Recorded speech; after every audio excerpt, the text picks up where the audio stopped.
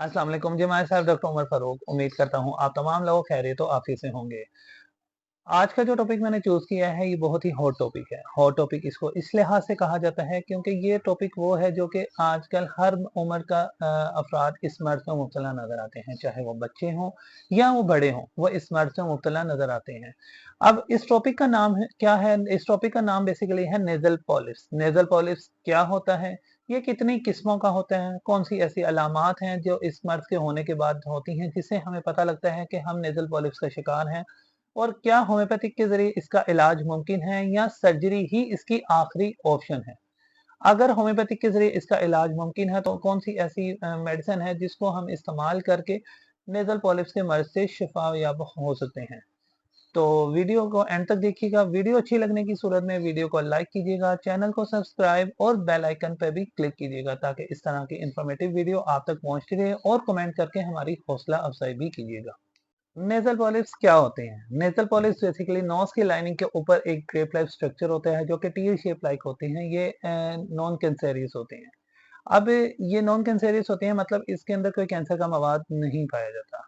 अब जब आपको क्रॉनिक साइनोसाइटिस हो मतलब कि आपको 12 हफ्ते तक से या इससे ज़्यादा रहे, तो वहाँ पर नेज़ल पॉलिप्स होने के चांसेस बहुत ज़्यादा हो जाते हैं। और अब यहाँ पर बात करते हैं नेज़ल पॉलिप्स के अलामात की। नेज़ल पॉलिप्स में बेसिकली हमें रनिंग नोज़ और नोज़ से ब्लीडिंग का जिसको एपिस्टेक्सिस आम ज़बान में नक्सीर कहा जाता है और नोज़ के साथ नोज़ के अंदर लॉस ऑफ स्मेल और लॉस ऑफ टेस्ट के और इसके साथ-साथ स्नोरिंग, रात को खर्राटों का आना, मुँह के ज़रिए साँस लेना, नाक नाक का बंद हो जाना, पोस्ट नेज़ल ड्रिपिंग जो कि हमें नोज़ के थ्रू हमें हलक में ड्रिपिंग होती फ़ील होती है, पोस्ट उसको पोस्ट नेज़ल ड्रिपिंग कहा जाता है। फेशियल पेन और साथ हमें आइज़ के इस साइड पे पूरे हमें हैवीनेस फ़ीलिंग होती हो, ये तमाम अलामात नेज़ल पॉलिप्स की होती हैं। इसके अलावा भी हम घर बैठे भी इसकी एक एग्ज़ामिनेशन कर सकते हैं। वो नोज़ के अंदर एक टॉर्च मार के हम इसको चेक कर सकते हैं कि वहाँ पर ग्रेप लाइक का अगर ग्रोथ नज़र आए तो मीन्स कि हम नेज़ल पॉलिप्स का शिकार हो चुके हैं। इसके अलावा हम नोज़ का एक्स-रे यानी कि साइनस का एक्स-रे करवा के भी हम पता लगवा सकते हैं। सीटी स्कैन और एमआरआई के थ्रू भी पता लग सकता है कि हम नेज़ल पॉलिप्स का शिकार हो चुके हैं।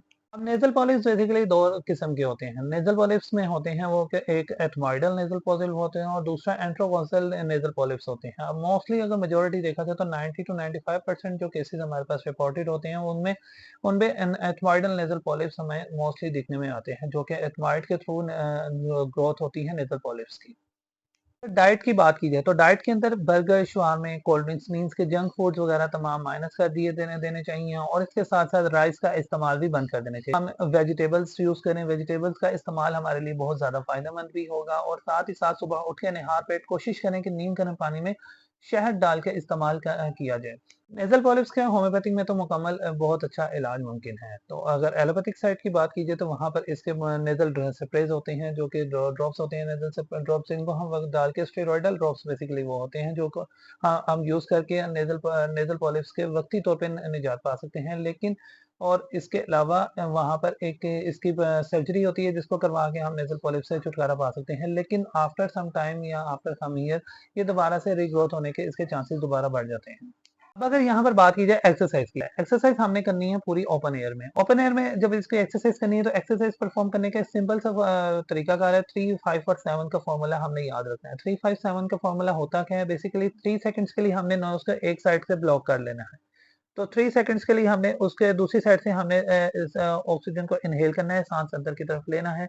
3 सेकंड्स के लिए इनहेल किया और देन हमने जिस साइड से इनहेल किया वहाँ से भी 5 सेकंड्स के लिए उसको ब्लॉक कर देना है।